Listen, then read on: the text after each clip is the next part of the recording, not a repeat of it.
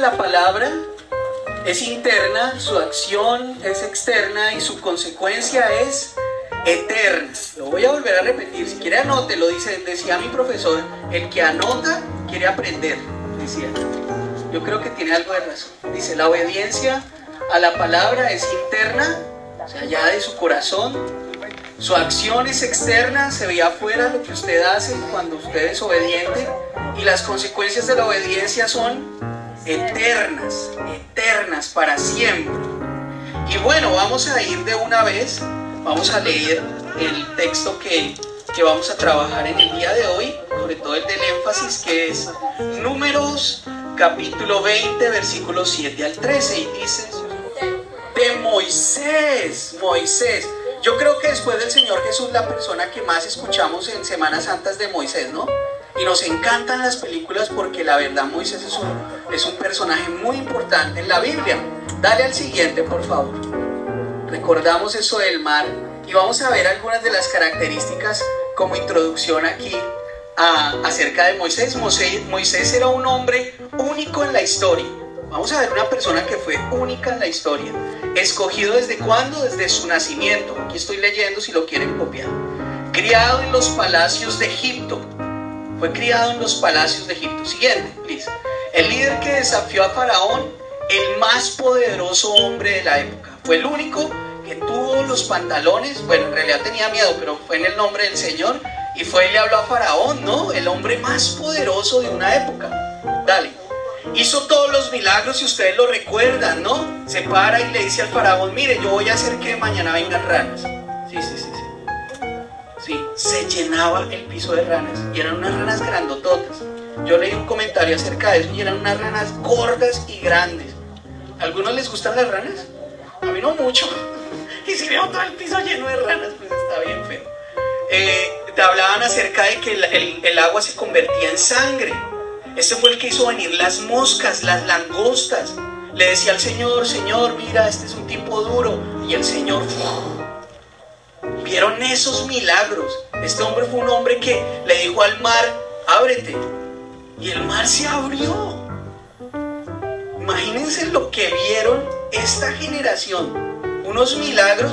Yo no sé. ¿Qué tal si usted se para, yo no sé, aquí en medio del Hudson y le dice al Hudson, ábrete? Si abriera, yo creo que eso sería una cosa que, wow, ¿verdad? Sería tremendo. Vamos a la siguiente. Hizo muchos milagros. Habla cara a cara con Dios. Es de las personas, con contadas excepciones, hablan cara a cara con Dios. Moisés es uno de ellos. Dice el Señor que estaba ahí cara a cara con Dios. Dale el siguiente. Resplandecía su rostro tanto cuando bajaba del monte que le tenían temor. Cuando él bajaba del monte y llegaba donde estaba la congregación, allá bien locos con el becerro y todo el rollo, veían que él venía bajando y ya les daba temor solamente de verlo bajando porque iluminaba tanto que le tenían temor, tenía que cubrir su rostro. La Biblia dice que era el hombre más manso, el hombre más humilde de la historia. Estamos hablando de una persona bien importante. ¿Por qué? Porque las características de la personalidad del Señor Jesús. Aprende de mí que soy manso y humilde. Y Él era manso. Miren, los dos personajes, grandes personajes de la Biblia, son mansos. El Señor Jesús y Moisés. Humilde, mansos y humildes. Es muy importante esto, ¿sí? ¿Cuántos aman al Señor? Amén. ¿Cuántos creen en Cristo? Amén. ¿Cuántos son orgullosos? Hay una lucha en nuestro corazón con el orgullo, ¿verdad? Todos nosotros. Yo, ¿verdad? Yo también digo, uy, sí, Señor, a veces soy orgulloso, es cierto. Juan nos dice en Apocalipsis que en el cielo cantan la canción de Moisés. Moisés escribió una canción y la cantan en el cielo, imagínense en eso. Dale. Dice, soportaba una y otra vez las quejas de los israelitas. Sigue. 2 veces quiso aniquilarlos y Moisés clamó que eso no pasara. Así era de humilde. el Señor decía, córrete de lado, córrete de un lado, Moisés, que voy a consumir a toda esta gente. ¿Y qué hacía Moisés? Se postraba en tierra y decía, por favor, no los mates. 2 veces el Señor le dijo, mira, estoy cansado de esta gente rebelde, quítate, que los voy a quemar, les voy a abrir la tierra y que se vayan hasta el Seol por desobedientes. Y Moisés decía, no, y se postraba en tierra. Sigamos, Dios quería empezar de nuevo con Moisés para que fuera una nación grande sin el pueblo rebelde, y él clamaba para que esto no pasara, que no muriera. Los soportó 40 años mientras morían, y la segunda generación se levantaba. Los aguantó 40 años, dale. Esta noche vamos a hablar acerca de ¿qué? El año 40. El año 40 que se murió la generación del desierto. Estamos en el día, imagínense, estamos en el día que ya se están cumpliendo los 40 años que dijo el Señor. Dijo, esta generación no va a pasar del desierto. Y ya se habían muerto todos, excepto casi toda la generación había muerto. Dale. Quedaban María, Aarón y Moisés. Imagínense que todos sus amigos de su generación con los que usted creció se murieron. Todos murieron, excepto quedan ellos 3. Pero María muere. Y además de eso, no hay agua. ¿Cuántos saben? ¿Cuántos han pasado por el desierto? De verdad. En el desierto de verdad. Yo una vez, yo le contaba al pastor hace unos días que estaba por allá yendo hacia Las Vegas y se estrellaron unos carros y no hay para dónde tomar. Quedamos en la mitad del desierto. ¡Qué calor tan terrible! Yo no tenía aire en mi carro. Y eso era cocinándonos dentro de ese carro terrible. Los que hemos pasado por el desierto sabemos que ¿qué es lo que más necesita alguien en un desierto? Agua, ¿verdad? Allí hay una situación de agua. Él golpea una piedra y debido a ello Dios establece un juicio donde él no entraría a la tierra prometida y además moriría. Dale. Dios ha pasado todos esos milagros, pero él golpea una piedra y le dice al Señor, no vas a entrar y además de eso vas a morir. Pero esto es justo. Dale el siguiente. Luego no es Moisés. ¿De qué estábamos hablando? Este tipo era el que estaba con él cara a cara. Lo defiende cuando hay la rebelión de María y habla de mi amigo delante de ellos. Imagínense. ¿Es muy estricto Dios? ¿Es injusto Dios? El título es el agua de la roca. Mi hermano tiene el verso 1. ¿Lo lees, por favor?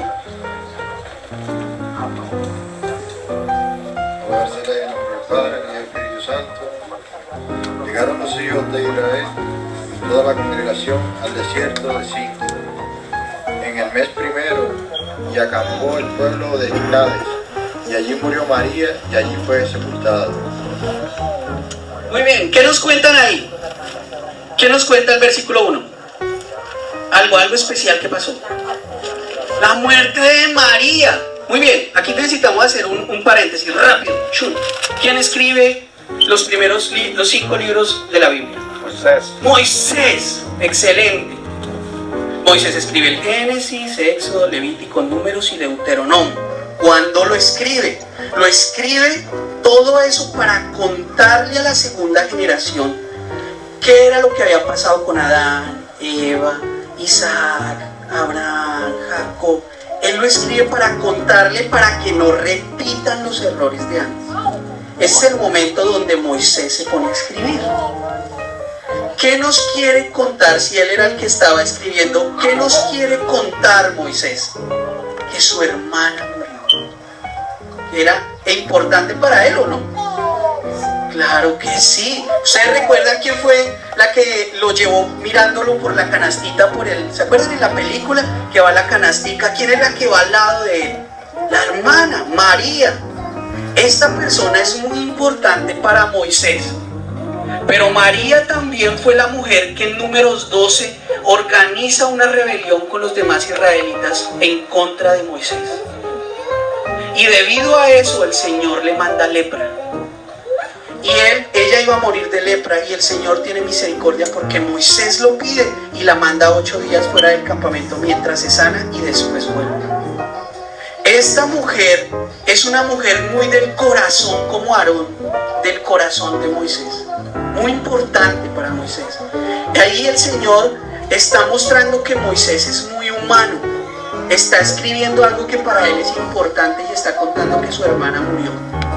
Está contando que la soberanía del Señor aplicó en ese momento. ¿Por qué? Porque además de eso dice allí fue sepultada. Está viviendo una situación muy difícil para él. ¿Qué dice el versículo 2? ¿Alguien tiene el versículo 2 al 5? Y porque no había agua para la congregación, se juntaron contra Moisés y Aarón, y habló el pueblo contra Moisés diciendo: ojalá hubiéramos muerto por cuando perecieron nuestros hermanos delante de Jehová. ¿Por qué hiciste venir la congregación de Jehová a este desierto para que muramos aquí nosotros y nuestras bestias? ¿Y por qué nos has hecho subir de Egipto para traernos a este mal lugar? No es lugar de venedera, de higueras, de viñas, ni de granadas, ni aún de agua para beber. ¿El verso 5? Sí, es el 5. Ok, perfecto. Listo. ¿Quién guiaba al pueblo de Israel por el desierto? ¿Con qué los guiaba? ¿Se acuerdan? Había una columna de fuego y una nube que los guiaba, ¿no? Imagínense, ¿estaba Dios equivocado en llevarlos a donde los llevó? ¿Quién estaba? Dios estaba mostrando su soberanía y los estaba llevando a una situación fácil o difícil. Muy difícil. ¿Muy difícil para quién? Para todos, especialmente para Moisés. ¿Por qué? Se le acaba de morir su hermana. Dios le dio la vida y también se la quitó. Eso lo leía el hermano el viernes, que Dios dio, Dios quitó, ¿verdad? El Señor lo lleva ahí y estaba mostrando su soberanía porque quería mostrar algo más. Estábamos en una situación difícil. ¿A cuántos nos ha pasado en algún momento que se nos vienen todas encima? Y uno dice, pero es que ¿cómo llegó todo esto en este momento, no? Esa era la situación que estaba como que a veces le dan ganas de como despertarse y pensar que eso es una pesadilla, ¿verdad? Y la situación era que en ese momento ellos estaban en esa condición. Lo que necesita una persona en el desierto es tomar agua. Y ahora la situación era que no solamente él estaba dolido por su hermana, sino que además de eso tenía una rebelión, como lo leyó la hermana. No hay cosa más tremenda que una rebelión dentro del pueblo. Había una cantidad de gente que se levantó en contra de Moisés. Él estaba ahí en una crisis. Y además de eso se levantan para señalar. Y le dicen: ¡Ey, Moisés! Nosotros te vinimos siguiendo, ¿no? Hemos llegado aquí 3 millones de personas, porque no piensen que eran 60. Eran 3 millones. Con sus ganados que tenían que tomar agua, que venían con niños, imagínense, mujeres, hombres, niños, ganados, ahí detrás, y todos poniéndole molestias a cada momento. Hey Moisés, tú Moisés, nos trajiste hasta acá, nosotros nacimos en este desierto por tu culpa, una generación que salió de Egipto, mejor fuera volver ahí que estar aquí en el desierto. Envidiamos a nuestros hermanos. ¿Saben quiénes eran esos hermanos? Los que se habían rebelado en la rebelión de Coré, Datán y Abiram, los que abrieron el piso y se los comió la tierra. Decía a ellos: envidiamos a nuestros hermanos, nos hubiéramos querido morir con ellos. Miren lo altivos que están hablándole a Moisés. Dice: ojalá hubiéramos muerto porque cuando perecieron nuestros hermanos delante de Jehová. ¿Por qué hiciste venir la congregación de Jehová a este desierto para que muramos aquí nosotros y nuestras bestias? ¿Y por qué nos has hecho subir de Egipto para traernos a este mal lugar? No es lugar de cementeras, higueras, viñas, granadas, y aún sin agua para beber hubiéramos muerto con nuestros padres. Imagínense que alguien le está diciendo, lo lleva para la tierra prometida y le está diciendo, ¿usted para qué me trajo acá? A veces son los hijos así, ¿verdad? Necios, reclaman, ¿no? Uno les da lo mejor y siempre hace falta algo. Tienen el complejo de Eva, tienen todo el paraíso y les falta algo, les faltó una frutica. Nunca están contentos, no hay nada que los deje en paz, no hay contentamiento, así están ellos. Estos fueron los que comieron maná, los que los guiaba un milagro todos los días, pero no era suficiente. Miren cómo progresa el pecado, y esto es un énfasis que quiero hacer alrededor del contexto.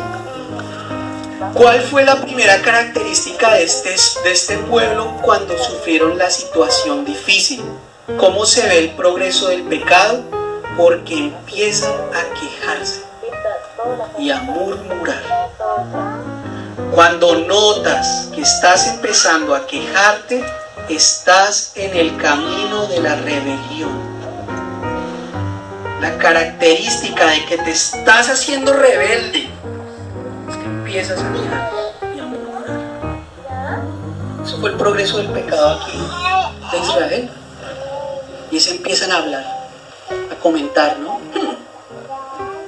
Mire, pero es que mire mi jefe, es que mire mi dueño de mi casa, ese de Montenegro, ese terrible, ese gringo, sí, es que, la queja, ese serbio, ¿no? Ese mexicano que eso me tiene agobiado, ese gringo que no me paga, la queja. Empieza a generar rebelión. Es que mire eso, ese hermano del que recoge la ofrenda, mire, qué quejadera. Le echan toda la culpa a Dios. ¿Le echan la culpa a Dios? No. ¿Cuántos se pararon allá a decir, Dios, ¿por qué? No, ¿a quién le dijeron? A Moisés. ¿Saben una cosa? Cuando Dios no actúa como tú quieres, normalmente el malo es el pastor. Todos le echan la culpa. Hey, es él. Claro, como no ora, como no hace, como no lo dice, es que le falta liderazgo, ¿no? Uy, Señor, nos guarde de eso. Con la forma como hablamos, tenemos que ser sabios. Ahí dice que la murmuración es el progreso de la rebelión.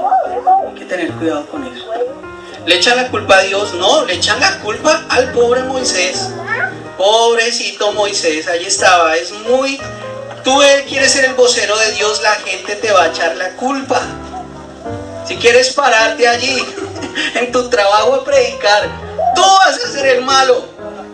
La gente te va a señalar, la gente te va a decir, te va a poner ahí en oprobio. Yo les contaba cuando yo estaba en la universidad y yo le compartía a mis amigos y todos mis amigos empezaban, pastor, bendígame, aleluya, aleluya. En toda la universidad un pocotón de muchachos burlándose de mí. Bendígame, pastor, aleluya, aleluya. Y se venían caminando así. Y a mí me daba pena, obviamente. Pero yo decía, Señor, no importa. Si esta gente tiene que decir esto y yo contigo quedo bien, no me importa. Por lo menos alguien está sabiendo aquí que soy pastor. Aquí algunas. Y yo les dije la otra vez, cuando una amiga mía abortó, no fue a ellos, fue a mí. Cuando una compañera de mi salón abortó, no fue a ellos, fue a venir a pedir consejo a mí. ¿Por qué? Porque habíamos hecho testimonio del Señor. Y por último, el verso 6, ahí en esa introducción, ese contexto que me demoré. El verso 6. Y se fueron Moisés y Aarón delante de la congregación a la puerta del tabernáculo de reunión, y se postraron sobre sus rostros, y la gloria de Jehová apareció sobre ellos. Miren la reacción de Moisés. Ay, hombre, qué hombre este tremendo, así reaccionáramos todos. Mira que tú eres un no sé qué, y tú mira que te voy a y que no sé qué. Sí, hermano, voy a orar. De rodillas y a orar. Y se ponían a orar. Les pedían, les hablaban, les maltrataban. Un momentico que me iba a hablar con él. Y decía que la presencia del Señor descendía. Ese hombre es un ejemplo tremendo. entre más daño le hacían, más oraban. En la rebelión de Corea Taniavirá, yo tengo un dibujo de él en uno de los estudios que tengo. Se reúnen todos alrededor, todos eran como 450 líderes alrededor de él para señalarle y acusarle. Y dentro de eso él estaba solo con algo. Y él dice él, ok, ustedes no nos hagan nada, vamos a la puerta del tabernáculo y cada uno lleve su ofrenda, su incensario, y Dios va a mostrar quién es quién, ¿les parece? Yo creo que en eso algunos de nosotros sacaríamos el sartén, ¿no? ¿Qué? ¿Cuántos son? ¿Cuántos quedan? ¿Y quiénes son contra mí? ¿Quiénes son conmigo? ¿Quiénes son mis aliados? Porque eso pasa cuando hay una rebelión. ¿Quiénes están conmigo? Porque estoy en contra de ellos. No, es como en el hogar. Ah, bueno, entonces ¿qué hijos están conmigo? ¿Cuáles son los de mi lado? Porque un hijo tiene que decidir eso. Porque un hijo tiene que decidir con qué papá estar. No. Lo correcto es que yo sepa hacer como lo hizo Moisés, y es ir y de rodillas pedirle la dirección.